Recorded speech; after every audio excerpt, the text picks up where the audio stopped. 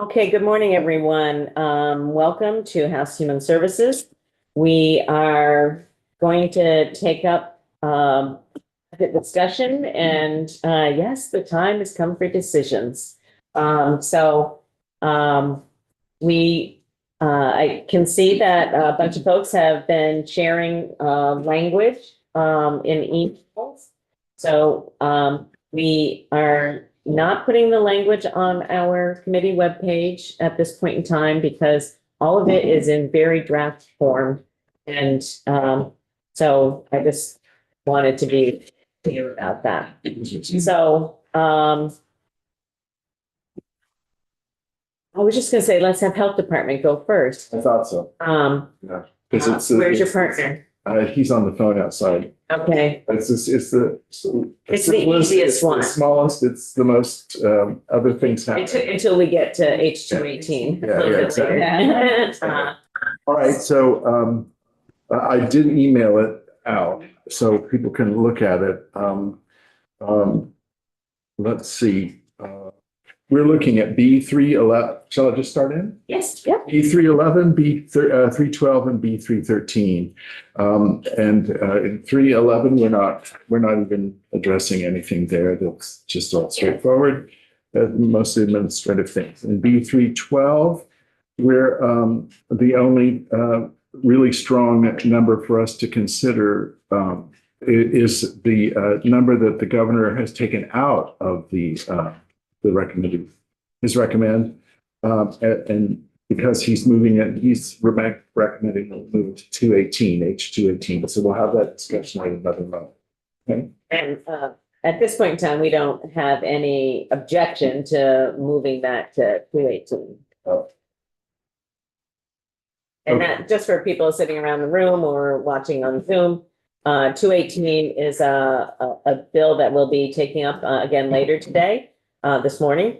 And that is, we are sending money that is being appropriated from the opioid abatement special fund in a separate bill. So it is all contained in one nice little package, which it has not been the last couple of years. And there's been a lot of hunting and searching to find all the different elements. So we were requested to do that and appropriations said, okay, so that's what we're doing.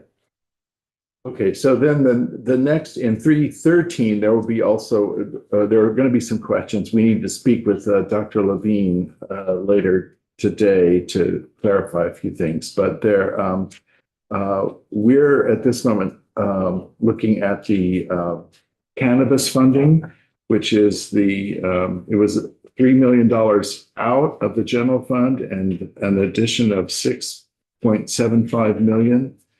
And from special funds? From special funds, yes, yeah.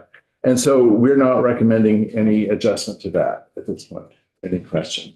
I think we do have some questions for Dr. Levine Right, about yeah. exactly how that's going to be What used. that's going to look Yeah. like. We can't tell from the language how what's intended. So, yeah. And this 6.7 million is in addition to what's already in the base for prevention. And do we have that number? I Do don't. we know what the total is? I No. think we looked at that the other day. Yeah, I won't. Okay, so I'll have to- if you could just double check on Yeah. that, Zon. Yeah. Because sometimes, looking at these ups and downs, it just gives the impression that that's the only the amount that's number, going. Mhm. And so it would be helpful to say what the total appropriation is for prevention. Okay, perhaps I can talk to Nolan about that a little bit later. All right. Okay, then let's see. And I'm just going to say for people who are interested in prevention, the department's intent is to further fund prevention coalitions and to provide money to additional high schools for prevention activities. I think now 11 high schools, is that right, Son?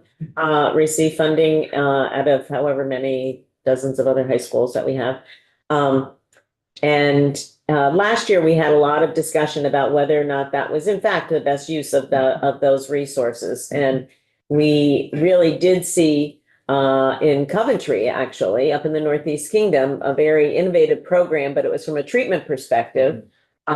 and this is when we were talking about the vaping bill, but it was from a treatment perspective, and that provider actually was here, Prevention Day, and really was looking at, how, they could actually be in schools with a more treatment perspective to deal with the fact that we have kids who are already addicted, and how do we, change the curve on that? So I think, we'll ask Dr. Levine when he is here, Right. as well, but just want people to know why, it's not necessarily that we're like 100% with that. We do want to have more information about, outcomes and how that would be measured. All right, then the next number that we looked at is also, it's the governor's recommended to take out another $1.2 million for special fund that will, the opioid abatement special fund. So that we'll look at that again at when we take up H218. And that's for, it says substance abuse, and I don't know anything more about it than that, but we'll talk about it then. Okay. Yeah. The next number is Aftercare Navigators, and that's $320,000 that the governor's recommending. We did some work on that to discover whether or not, so Aftercare Navigators, what this is a program. It's 3 positions connected to corrections facilities. It's to provide supports for folks that are transitioning out of corrections into a more stable living situation. So the kinds of supports necessary for that. We've been told it's non-duplicative, but it does feel like there are other plans afoot, which we'll talk about more in 218, that might come up and be able to be related to this, might be able to connect with this. So but at this point, we're not recommending to adjust that number. Okay. How does that tie into the, it says recovery centers here, but that's, the DOC, Yeah. $1.06 million that, is right now unspent, but is, I think it's a question we'll have for Dr. Levine. okay. All right. Okay. And then last number is the pilot recovery campus. The last number in the budget, the pilot recovery campus. This is also to set up a 15-bed housing facility that would, and the services for this would be external. We also need to talk to Dr. Levine about this a little bit more today. There's so many questions about this. $500,000, which is in the base, which is not part of this, I understand, is to be used for securing a site. $1 million of this is for the services that would be offered, and we have not been able to get a clear answer on what the other $500,000 is for. It strikes us that this could also be a project, a pilot, a concept that we could talk about in H218, because it seems that when we get to H218, there are some questions about monies that have been appropriated, and we'll be looking at how those dollars have been spent so far and whether or not we can adjust things. And this might be able to be part of that. So we're recommending that we move that discussion over to 218 and not include it here. Okay. I'm a little unclear. You've written it down as it's your highest priority. That's your highest priority? Just about what we think needs to be done. I guess it's not a funding priority in that sense because it's already funded. Am I making sense? It's not funded already. It's in the governor's budget. Well, it's in the. So are you agreeing with the governor's budget and you're saying this is your number one priority? That's what highest priority. Oh, I see. is? Oh, no, I see. Okay, no, then I'll change that. That's not what you mean. No, I mean, I didn't think so. it's the highest action priority to just. We need more information. Yeah, yes. Okay, Yeah, okay, so, I will change that. okay, this, I'm changing it on mine right now. Yeah. Okay, And then there's one tiny program that we think needs to be, that we're suggesting for funding, which is $40,000 to Empty Arms. It's an organization that provides peer support for individuals and families whose babies have died through miscarriage, stillbirth, early infant loss, or termination of a pregnancy for medical reasons. It's an organization that reaches several hundred people a year, and there's no service like that anywhere in the state. So we think it's a good investment, a small ask. and, so when I look down through the governor's budget in the health department, really the only additional general fund that the administration is asking for is the 320 for the aftercare and the 1.5 for the pilot recovery campus, both of which potentially have the potential to maybe be covered under the opioid settlement fund, because they deal with substance use treatment. Right. And the other increase in funding is from a special fund, the cannabis excise tax. And so I'm just trying to summarize here. So in summary, it looks like that the only recommendation that you have for new general fund in the health department is the $40,000 for Empty Arms. Is that accurate? Correct. Okay. Do people follow along with that? Yeah. Okay. And are you saying that's high priority, or is with any GF? Because you're not looking at any other GF. Is that your high or highest priority? It's the highest at this point. Okay. Switch that. Okay. Okay, so, health department. So we just heard that there's, actually a lot of moving parts in 218, a lot of information to be gained from our discussion with Dr. Levine in a little bit on 218. It involves the use of special funds and the use of the cannabis excise tax. Doesn't involve the use of general fund really at this point in time. So the only request that I'm seeing being put forth by the team for the health department, and it is something that the governor did not include in his budget, but that we are recommending as the team is recommending as highest priority, is $40,000 for Empty Arms for parents who have suffered the loss of a baby. So how we typically do this in committee is, one, if there's any questions, now's the time to ask them. If there's not any questions, then I go item by item about the recommendation, and we do a straw poll on the items. So is there any questions? Yeah, Nolan. For the record, Nolan Lang with Joint Fiscal, were you recommending putting off the pilot recovery campus as part of the HPA fund? So the only caution I would have on that is that it uses global commitment as a result. So you're going to get Medicaid match if you do it to the budget. If you decide to put it off into the opioid bill, you lose the opportunity to match it. If you wanted to do it as global commitment, then it needs to be within the budget construct of the budget, in which case it does need to be a budget. Okay, so that's a good point. Thank you. So I'm just wanting to test this theory. So can't use special funds as match? You can, but I thought. I think you can. I'll double check. But the question is more about if you're going to do anything with Medicaid match, though, that has to go through the budget process. Because they're going to have to build it within their contract how much money they have to spend. So you want to have it. See, the opioid fund is nice because it's outside the budget construct. Yeah. Right. But anything you do that's going to have Medicaid match has to be within the budget construct of how much money they have, what their box is that they're going to work with. See what I'm saying? How much GC was in this? Well, it's all 1.5 match day test, so I don't know if the match is probably a straight match.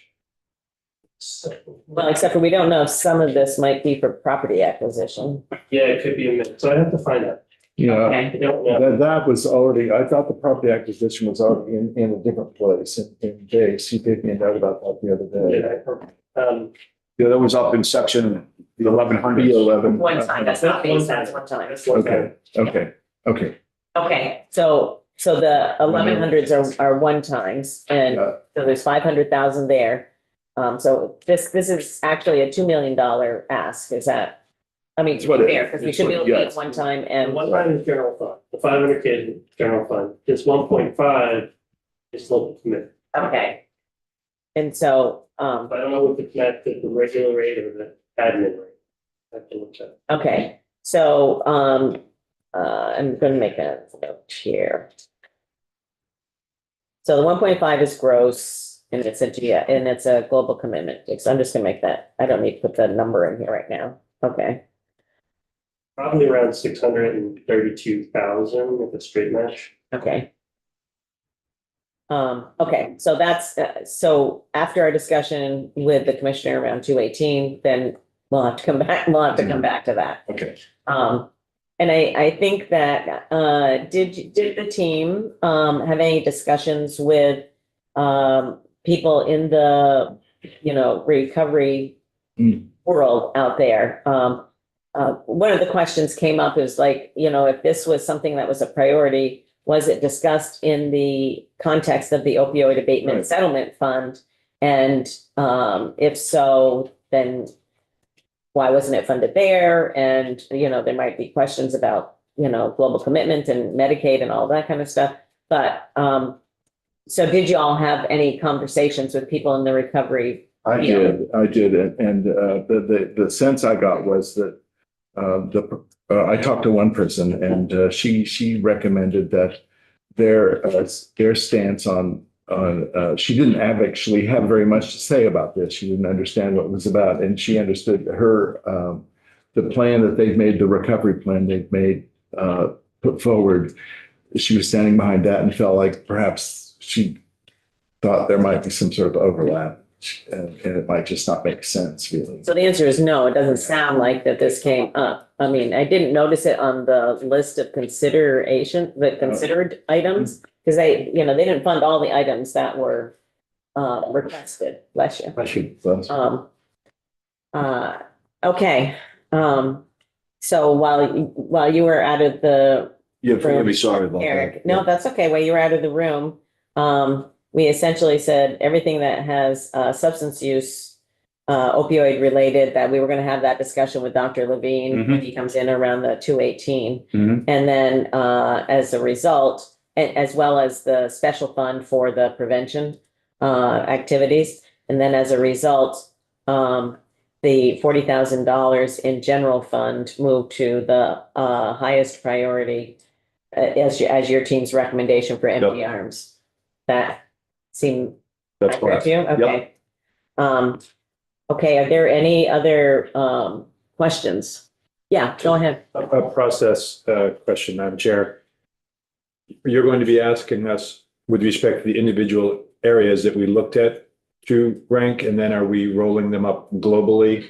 Then Except we will. those that made the cut, if you will, and Tomorrow, after we have a look at like how this all has sugared out, okay, then we will make decisions about, so I said each department, for each of your budget areas, you had the opportunity to recommend your highest level priority, okay? And if you have more than one highest level, I've cheated on that before, so somebody is going to say no. And then, yes, we will then need to be rolling all of those up and taking a look at what it is that we're recommending. So, I'm putting up that cautionary tale about, yes, we want to present from our committee what the needs of Vermonters are. But we also need to, in this budget cycle, be clear about, within those resources, these are the things that we're putting at highest priority. So whether empty arms is going to make the final cut as being in the highest level, I don't know yet, because we will wait and see what all the teams say. So it's not a guarantee that every budget team is going to get something on the highest level. Thank you.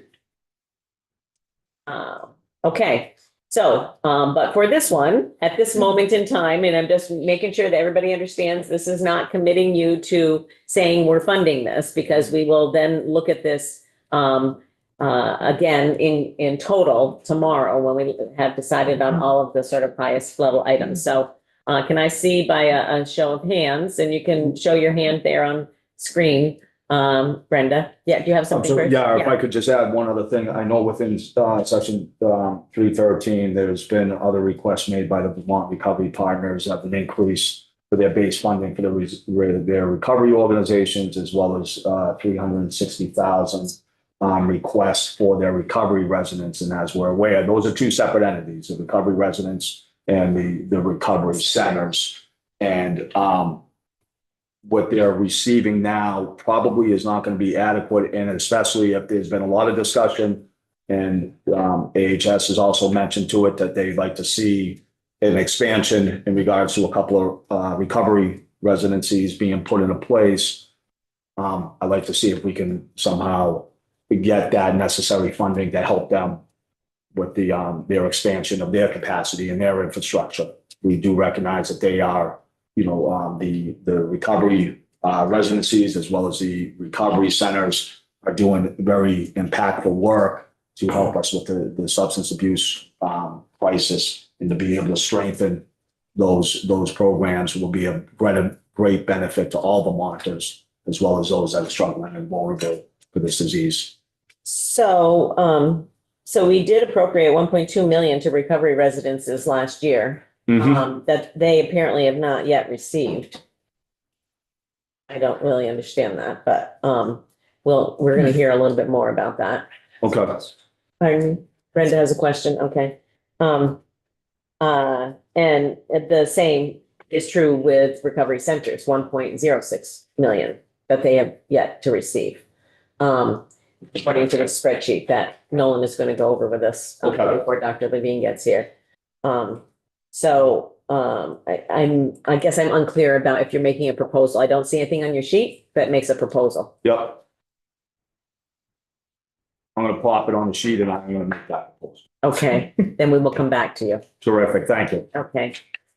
Okay, Brenda, yeah.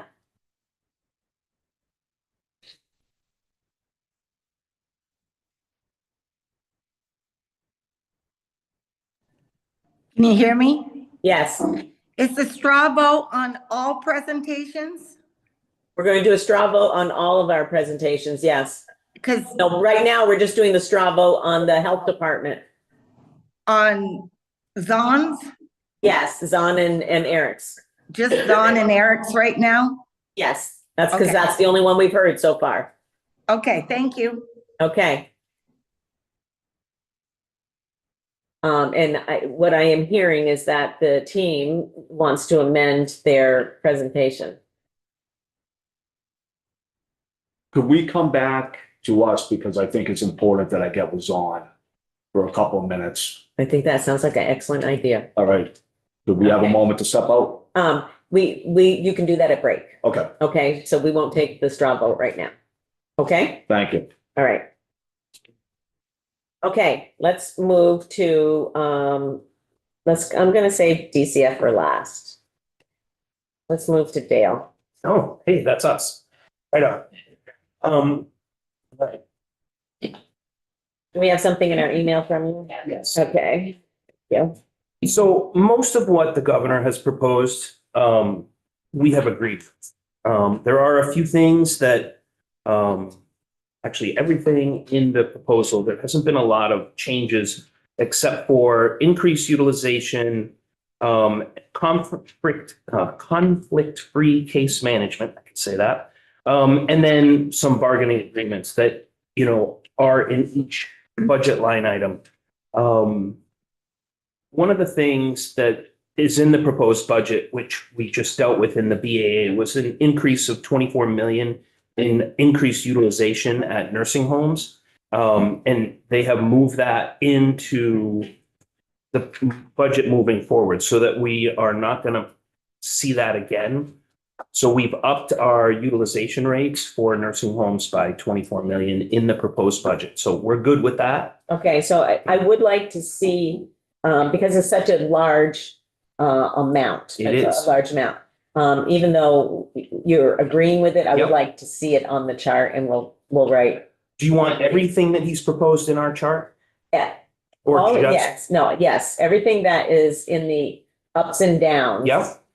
We want to see what our opinion is on it. okay, That's okay. We'll, I mean, when I don't mean everything, okay, because there's a lot of, yes, There's a lot of like. I'm not talking about that. I'm just talking about like the major budget Right. items. So okay. the So choices for care. Perhaps versus two ability. separate charts. One is what's in the budget that we are agreeing with, and then what we're proposing outside the budget. Because I see what you've got Yeah. recommended here and I see your. those are not in the budget. I What's get here. that. And they say zero under governor's Correct. recommend. I say that. So it's, this is gonna make it, so I'm gonna be transparent here, folks. This is gonna make it easier for me if you include it all in one. And then I will take care of I how will- it gets all put I will together. figure out how to make it so that it's readable and what is in the budget and then what we're proposing. It's outside of pretty the easy to see, because if it says zero under governor's recommend, you know Perfect. it's not in the budget. But prioritizing it, like these are in Well, right. prioritized order. So I'll come up with a way to make To that show- work. Okay, Okay, okay. that Can I is also just included add, and not prioritized. as far as merging all these documents into one, it would be a lot easier if she had Word documents rather than PDF. Oh, it has to be a Word document. So I have Excel in here and I don't have it on here, but I will get it into Excel. It was It's just Word, it's a Word a document. Word document, that's Yeah. fine. I don't have Word. So anyways, I'll figure it. I'll get it to you in Word, don't worry. Okay. Okay, so I'll just keep going with what do you want me to just jump into what we're proposing outside of what the governor has recommended in his budget? He converted it to Word. Perfect. Okay. I don't know, Okay. because I don't know, I've got It's Office three pages, sixty-five, so yeah, either way. okay, go for it. Okay, so why don't we start running through what we have proposed outside of what the governor has proposed in his FY '26 budget. Okay. So our number one priority, we've actually broken down into two sections because it's a lot of money. These all go back to the 23 rate study, which we started funding last year and the year before, but this would finish it up and provide funding to the ERCs level 1, 2, and 3, which were Enhanced residential care. enhanced residential care, which are in the 23 rate study. We broke that out first at 3.8 general fund.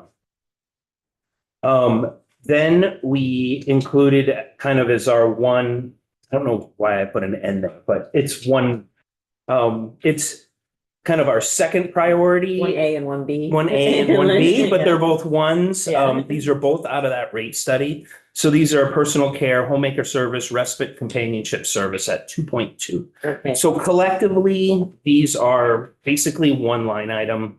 It's all But we in wanted choices to for break care. it down. it's all in choices for care. It's all choices for care. And, if there was only 3.8 million, that would be where we would want to I see see it what you're go. saying. If there was an additional 2.2 on top of it, then we would go with both of them. Okay, so, can I, and this is mostly gonna be your and Todd's, Mhm. area, but, can I ask you to, put the gross as well as the GF? So here's the GF. Sure. I just Yeah. want the gross on there as well. Yep, we can do that.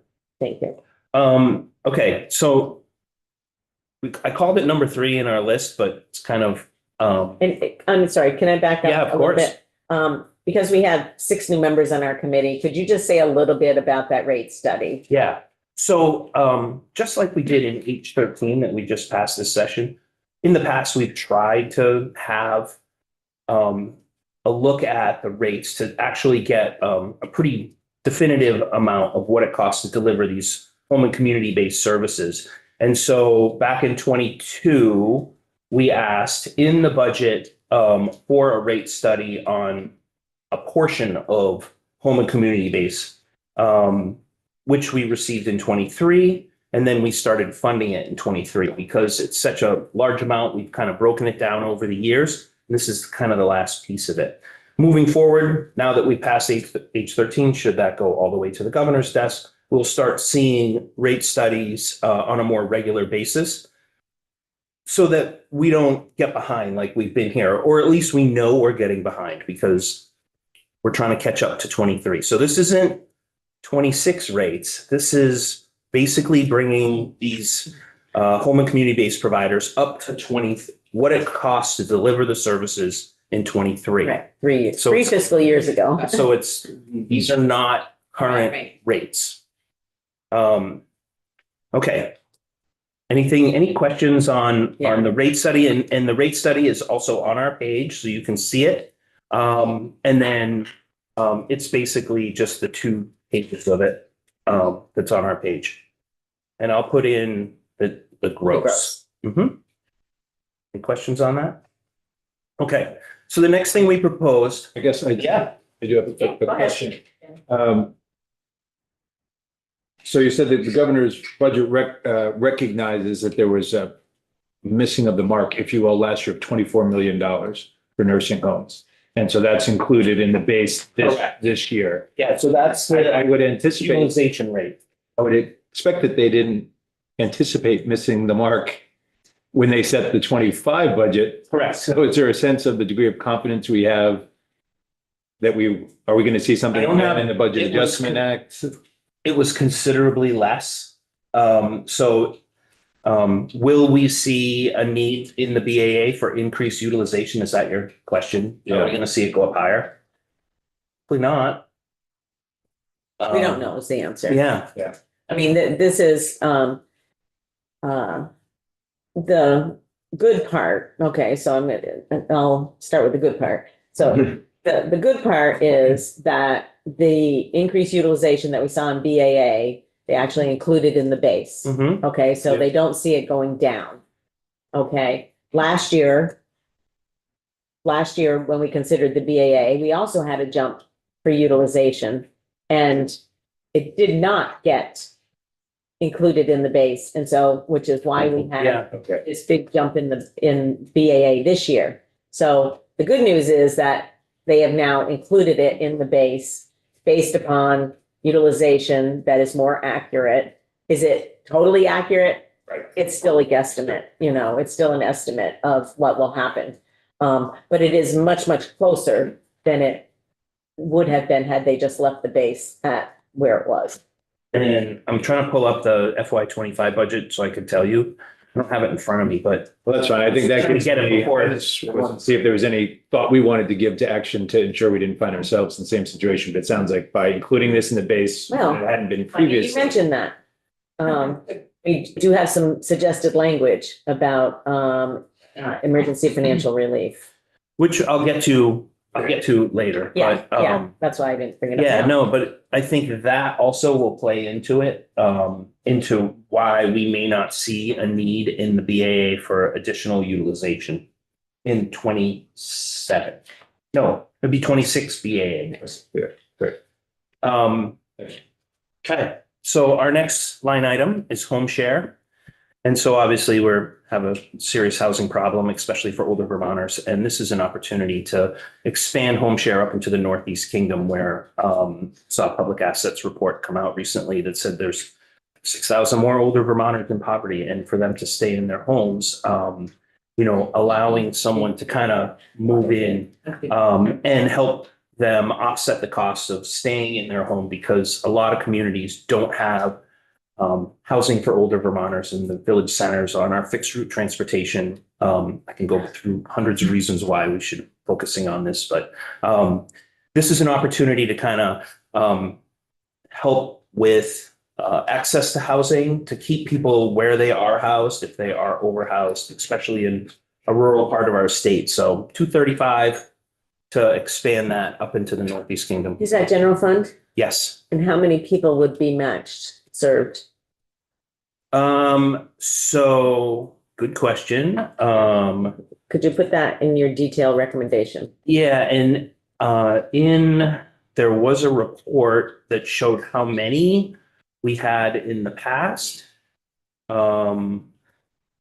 Somewhere, maybe I don't have it. You want to know how many? I know, I want to people- know how, right. How many people that 200? Yeah, Yeah, and so, I mean, I think it's also, what it does is it funds staffing in the Northeast Kingdom. So how many people they can get would be based on what they've done in other areas of the state. So in Lamoille, like what uptake do they have when they have? Well, I'm sure they're projecting how many yeah. people, how many matches that they will make. Yep. That's all I'm asking is. Yep. Sure, I saw a flyer that What's has the kind of, projection? yeah. Yeah, I would think that there'd also be some sort of startup, if you will, if it's just going to be expanding in the upcoming year. They may not hit their ideal target number in The first year. in year one. Uptake. well, I mean, it's, as Dan is saying, it serves a dual purpose in terms of supporting older Vermonters to remain housed and to, also, older Vermonters or individuals with disabilities, and, can provide a source of housing for, someone else. And, because we're dealing with this, every day in this committee, do they have any concept of prioritizing individuals who might be good matches from coordinated entry? Yes, they I'm just- do, or, Sorry, I'm sorry. Would you repeat that question? yeah, no. I was trying to find the number. That's okay. So, I had a lot of conversations about it. so my question is, any investment we make in housing, we have Correct. to be looking at how we're reducing homelessness. Yeah, we I'm just talked putting about that out there. that, and he definitely, home share folks absolutely, are interested in making sure that people that are eligible for the program and, that maybe are unhoused right now. Are they part of coordinated entry? Do you know whether do you know if home share is part of coordinated, do they have? Yeah, not currently. We've talked about this and they're actually really excited Yeah. about the possibility. They're really just because of the population, seniors, people with disabilities, they're not like a first stop in the homelessness continuum, but are more like a second, third stop. So it would there would need to be like a system and how coordinated entry works as we look at people's needs and goals and barriers. So for those with like higher level, it's definitely an option. They're not integrated yet. And that's Connor, who is the executive director, and I've had a lot of conversations about it. And we talked about it with like youth population. I'm really excited about building this out as a partnership across Vermont. So this is something I have. They're definitely interested. And anytime we can reduce that housing crunch in any way, Right. overall, we're supporting, I was gonna add that this is actually, almost more just a general housing, address the housing crunch through yet another avenue, even, it's not restricted to seniors or people with disabilities. No. It's a wide open program for home share matching, Correct. which means can be a very valuable tool for a lot. So the average age of someone who is going into a home share is 49, 90% low income, 11% disabilities, age range 22 to 81. Number of unduplicated people in a match right now is 274. And so that sounds good. I don't misunderstand my questions. I mean, Mhm. it's about making sure that Oh, yeah. we No, they're not interested. creating additional silos. Yeah, no. And that we're encouraging. So I actually would like to see some language, Dan, around the something about, working with the coordinated entry system to when appropriate, Yep. utilize the coordinated entry system for referrals for matches. Yeah. Something along that line. Absolutely. Okay. And I So think, you'll work on that? yep, Okay. I'll work on it with Connor at Home Share. So they're in on it.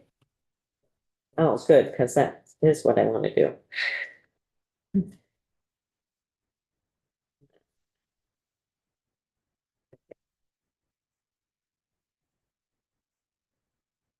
Ray's converted it to words. Oh, cool. And I sent you a link. Okay. And anyways. Yeah, no. it's all good. Perfect. It's all good. Okay, so I'll get some language together on that. Our next number 4 is looking at putting more money towards the Meals on Wheels program. So there was roughly 1 million meals served through the Meals on Wheels program.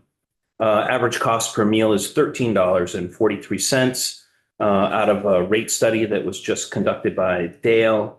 Currently, money through the Older Americans Act, and then the general fund, not GA, so I have to make a change there. Plus Medicaid investment, the reimbursement rate is around 580-ish. So by putting another 2 million in, or 4.85 gross, which I'll put over in the other column. So a 2 million general fund into Meals on Wheels.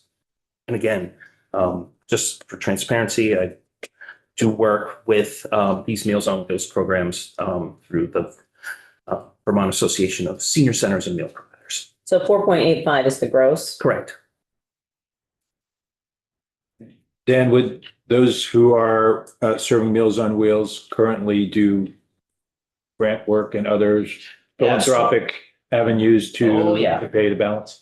Yeah, so if you look at the rate study, I mean, the 1343 is the average. I mean, there's some as high as like $17, $18. And so they do fundraisers, they write grants, they receive money from the communities that they serve through town appropriations. So it's all kind of putting it together. And as we know, at the federal level right now, the OAA is in the Older Americans Act is in the continuing resolution. So just want to keep that in mind as we move forward with, these important programs for a lot of rural Vermonters. Yeah, go ahead, Ann. Just, on the cost per, and you're saying that's an average and there's a wide. Yes. Because Yep. just my personal disclosure, since I was over age 65 and homebound for a couple of months this winter, it was a great asset to have access. But we were told, as an enrollee, the requested donation was maybe $5 a meal, but if you wanted to pay full cost, you'd contribute, forget whether it was $7 or $7.50, which is what I wanted to do, was pay for the costs. So that's a lot less than. Correct. 13. So I'm 43. glad to share the rate study with everybody because it is different at the different meal providers around the state. Okay, yeah. Mhm. And most people, right, or at least from my senior center meal sites experience, most people actually don't contribute. They either are not able to or, for whatever reason, choose not to. Oh, yeah, understood. I just, Yeah. in terms of the. Yeah, no, The cost. Yeah. Yeah. And so, Dan, I think it would be helpful so I want to make sure that I'm You wanna- understanding. Yeah, go ahead. Okay, so at 10, will this result, so for people on committee, in the last 2 years, we've made an investment. So we put $1 million in general General fund, in 24. Yep. And then in 25, in the budget, we said, take that 1 million and convert it to global commitment. And that's what has been done through the Medicaid investments in global commitment. And so now you're asking for an additional 2 million in general fund, a total of 4.8 million, 8.5 million gross in investment. And are you saying that total investment, so the million that we did, and then Should bring average that out around 10. 1065 Yep. is what our total investment. And so are you saying on average, then meal providers still would be through federal and fundraising have to be raising essentially another $3 a And it meal? will, Is that and what it you're will, saying? yes, and it will also allow them to really look at medically tailored meals and not just have one meal fits all, where you look at I don't think they can have one meal fits all. I think they have to do some tailored meals. it's in our area agency plan on aging. But yeah, I mean, the added costs, not only with inflation, but with trying to figure out how to provide good quality food to people. I mean, So how much do, so if the average meal, Yep, 1343. And if through all of the Medicaid investments that we, if this comes through, brings it up to 1065, what are we paying per meal, from the Older Americans Act? $3 and something. So essentially you're saying it would be made whole and they wouldn't have to do any fundraising, is that? No, that's in there, that's included. That's included. Yeah. So right now, you've got, Oh, okay, so the 10 OAA, 1065 includes the OAA. correct, yes. Okay, not just Medicaid Correct, investment. no. Okay, okay. All right. Anybody else besides me have questions about it? I'm trying to make sure I understand it. Okay, Okay, number 5. thank you. 4% increase for home and community base. These are ERCs.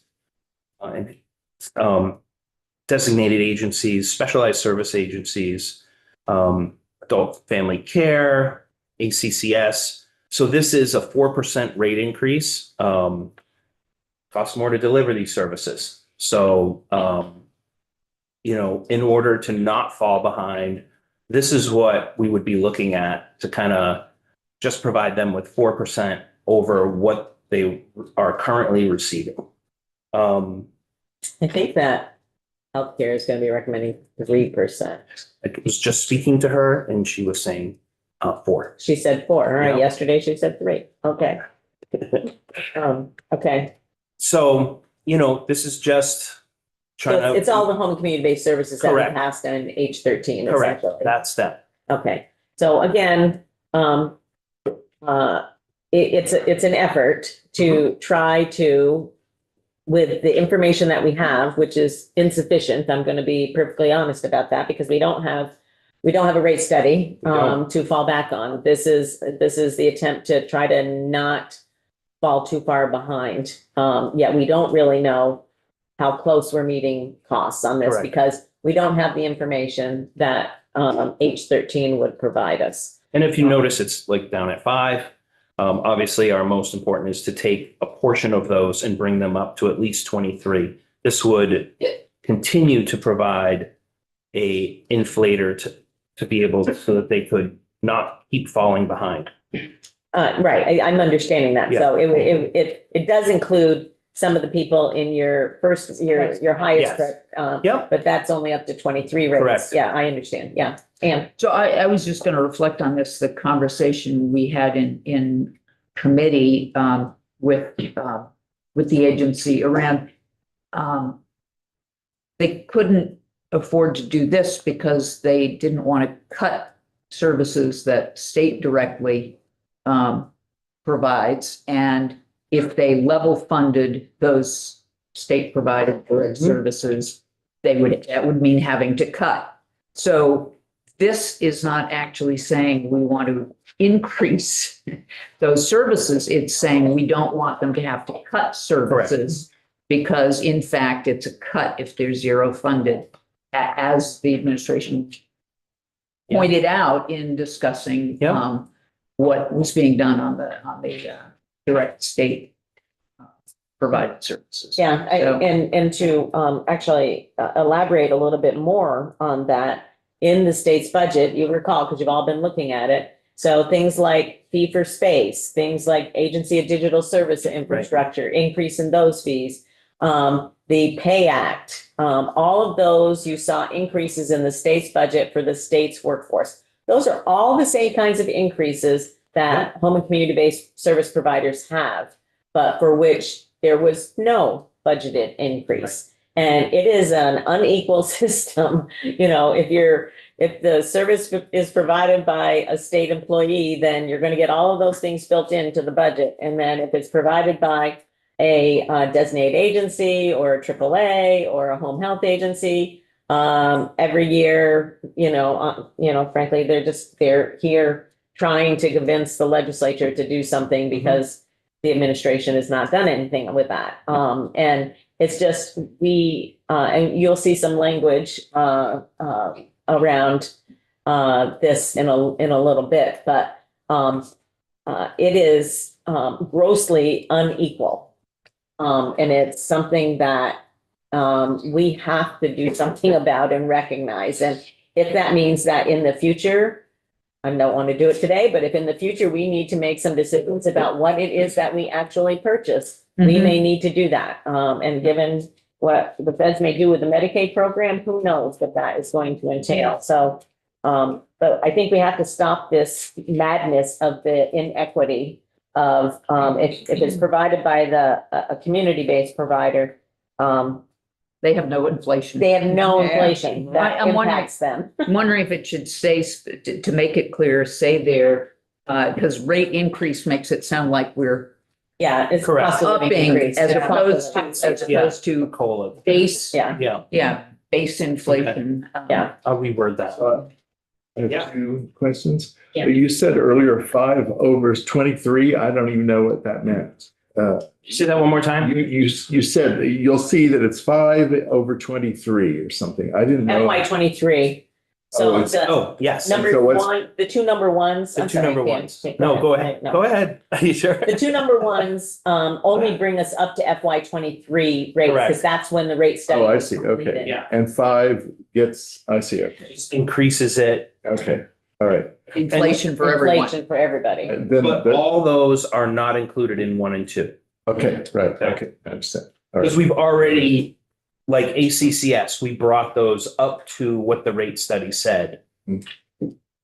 So- Just as an And example. since, and so the 13, H13 is going to get us to a place that's going to start changing this conversation that you're talking about. Correct. So that we have the information. Yeah. Have the information to better base our Yes. ability. Exactly. Yeah. That's so that you're seeing that play out in real life Right, right here. exactly. Yes. So Nolan, this is a question for you. You have just a second? Okay, so, some of these services that are in this number 5, the 4% COLA, are in numbers 1 and 2. And my question is, did you calculate the 4% based upon the rates after they were increased? No. I don't have your sheet, so I don't know what, I just have. You based it on current rates. So that- This is, yeah, I'm just saying, so we have dollars in here to increase up to the rate study that was done in 23. I'm just asking, when you calculated the COLA, did you base it upon the increased rates Correct. as being current, or did you just base it on the current rates? Correct. Yeah, so needs to be an adjustment there.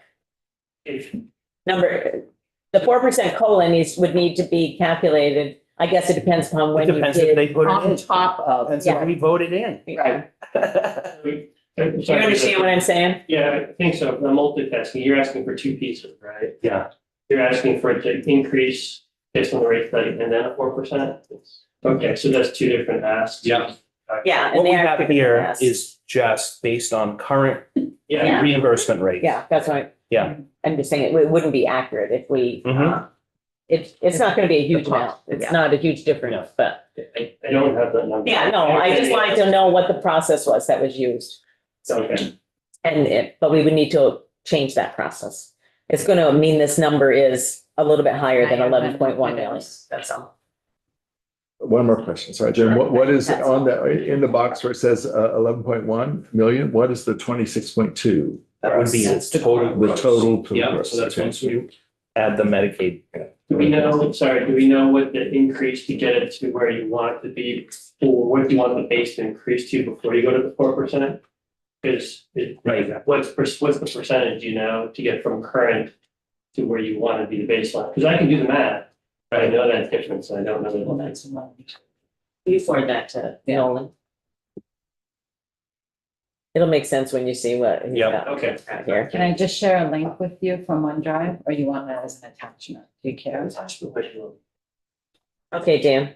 Okay, so this is an opportunity, if you notice, in B333, there's conflict-free case management. Get my sheet out right here. So across Dale, this is a requirement from the feds to have conflict-free case management. So they have basically in the governor's budget proposed 8.6 million roughly, to increase the ability of these agencies to provide conflict-free case management. And one thing we talked about is in DS case management, and Nolan has said this might not be a very good idea, but it's something that came up in our Developmental discussion. services? Yes, Can I just ask before you go there? Yeah. You said 8.6 and this says 5.8. correct, because I'm just looking at DS case Developmental development services services? case management. Okay, Okay, the rest of them are they'll start right away. Like, as soon as we pass the budget, this is already happening. So these are existing agencies. But in DS case management, it's going to a new entity, like a contractor, who's gonna be hiring staff. so there's a And so ramp, there's a ramp up there's a for ramp that. up. And And they're the so- biggest chunk. Okay. Correct. And so this was a conversation we had, and just throwing it out there. It's gonna take them probably 4 months to possibly get this thing up and going. So there could be a potential savings, of, 1.9, 1.9 million. Okay. Just as a, we were trying to look at ways to save or what's going to get thrown to the bottom line or potentially, does it take them 4 months to ramp up? Does it take them 3? If you did this, it may come back in the budget adjustment. Or a portion of it. In FY 27 budget. Correct. It would have to the go right annual- back up. Annualization. Correct. Right. Yes. Right. I get Yeah. that. So, I mean, this is an opportunity possibly to at least have a discussion that there may be some money that could be used to offset some of the other costs, about 2 million. Okay, so they estimate, implementation, months. So for 2/3 of the year as opposed to, Correct. okay, Anyways, okay, well, that's a decision to think about. But they, yeah, no, so I forget, so they have the whole year in there, right? Yeah. Yes, I think it's not a bad recommendation to say, we recommend, I guess I would just say, if you do decide to just recommend for like, let's say half year, 3/4 year, and you scoop the money for something else, only scoop that money for one time. correct. exactly. Yeah, for one time, don't put it into Yeah. ongoing, correct. So I think you could make that recommendation safely. Mhm. And so you're saying 1.927963 Right. is, that's 4 months? Yeah. Is that gross? Well, I don't remember. Probably not. What are the numbers again? I believe it is gross. I'll give you this if you want it. Okay, So anyways, I'm just putting that in our memo as a Yeah, I mean, possible that- one time. we would do that. I mean, that, it makes sense. But I just need to know whether the 1.9 is gross or whether that is, Is there a Medicaid match for, yes, then it's gross. okay. So I need the GF amount too. Okay. I'll work with Nolan on that. Okay. And the last thing, oh, wait, before I go on, any other questions on this? Just for clarification, if you don't mind, so I'm sure I understand your chart. So if we're looking at the HHS recommendations in the far right, in the 1A, 3, and 4, those are all dollars in addition to what's currently budgeted. And then in line 5, the 11.1 is the additional. Yes, Yes. there should be a 0 in that governor's recommend. Oh, yeah, governors recommend 0. Is currently 0, so it's increased. And then, so what again is the 26.2? Gross. That's Includes yeah, Medicaid. That includes Medicaid. Okay, gotcha. And then the 3,900,000 for line 6 is actually. That would be what we would be spending. Yeah, so So the actually what I just finished in savings. mine is 1.9. I moved that 1.927963 Okay. over to that last column. Net impact on the budget. On the budget, it's a reduction of 1.9. Mhm. Yeah. Gross, but then we will need the GF, yeah. Thank you. I'm actually impressed that you're following along that. This is the first time you've looked at this kind of stuff, so it's all good. All right, lastly, Okay, the last one, so our adult days, there's no question, we all know that they're struggling. Some have gone out of business. It's hard to pick them back up once they're gone. A majority of a lot of their revenue issues are that people don't show up because doctor's appointment, it snows, transportation, They're whatever. sick. They're sick, right? And so we looked at what impact that has on these providers. And it works out to 800, well, this is for 6 months. I was gonna say, they said $2 million. 800,000. Correct, about 2 million annually. So I got a sheet, list the provider's name, the hours that people were absent, and the revenue lost. Because you can't bill unless people show up. So I'm putting this more in there as like something we need to be thinking about. And we did put in H13 to really think about absence and come up with some sort of a system. I also talked to transportation, is there the possibility of putting in some money, maybe even use some of that one-time money to make sure transportation providers have the capacity, should we decide to go with that as one time, and just to see what impact it has on absentee, if there was a more robust transportation to get people there. I don't have the data on why they were absent, but could a small investment in transportation provider reduce the lost revenue to these agencies by 100,000, 200,000? I don't know. Right. Is it But possible, like, is that something they track the reasons or not? I don't know, but I could find out. I don't know if they track reasons for people not showing. I'm sure a lot of it also is. I would think if they don't show, Yeah. how are you going to get a Yeah. reason? They're not there. You could ask them when they You show call up. them, like, you see ask about- them, they come, Yeah, you. they get So there's these staff things like childcare and, yes. So it just goes to show you, so the cost, they still have to have all their employees there. They still have other participants there. They still have to pay for heat and lights and the roof and everything. So these are kind of one of the underlying reasons why there's some fragility in programs. So And is this gross or is this general fund? this is general fund, because you can't match Medicaid if someone doesn't show up. There's no match. But It's this would general be a fund. one-time payment. Yeah, sure. This would be. Yeah. Well, I mean, we hope to address that in H13. Correct. We didn't. This would be a one-time. for- Yeah. But the problem is you can't match this because you can't bill Well, you can, you Medicaid just for have to- not Yeah, providing the services. yes, I So- don't want to perpetuate that because it's not, you can build in, anyways, Correct. we don't You need to can build go in through that. some You can build in but The absolutely. way it's set up now. The way it's set up it's- now, you right, and you this can't is the only way. retroactively claim it, Correct. right? Yeah, I guess. This would get try what to you're put saying. them into a better standing so that there's Yeah. less opportunity. How many times are we gonna bail out the adult days? Just Yeah. saying, No. this is like the 5th year in a row. Yeah. Okay, all right, so you spent a lot of money, Dan, Of course I did. and Todd.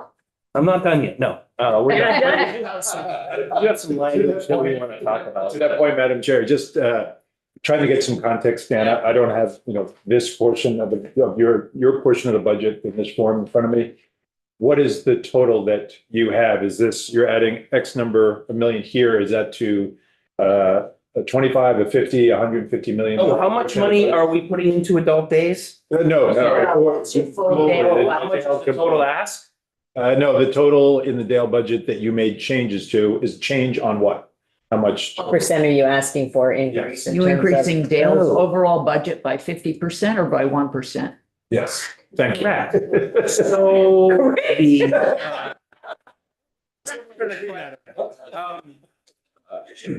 so the total home and community-based budget is like 330 million or something.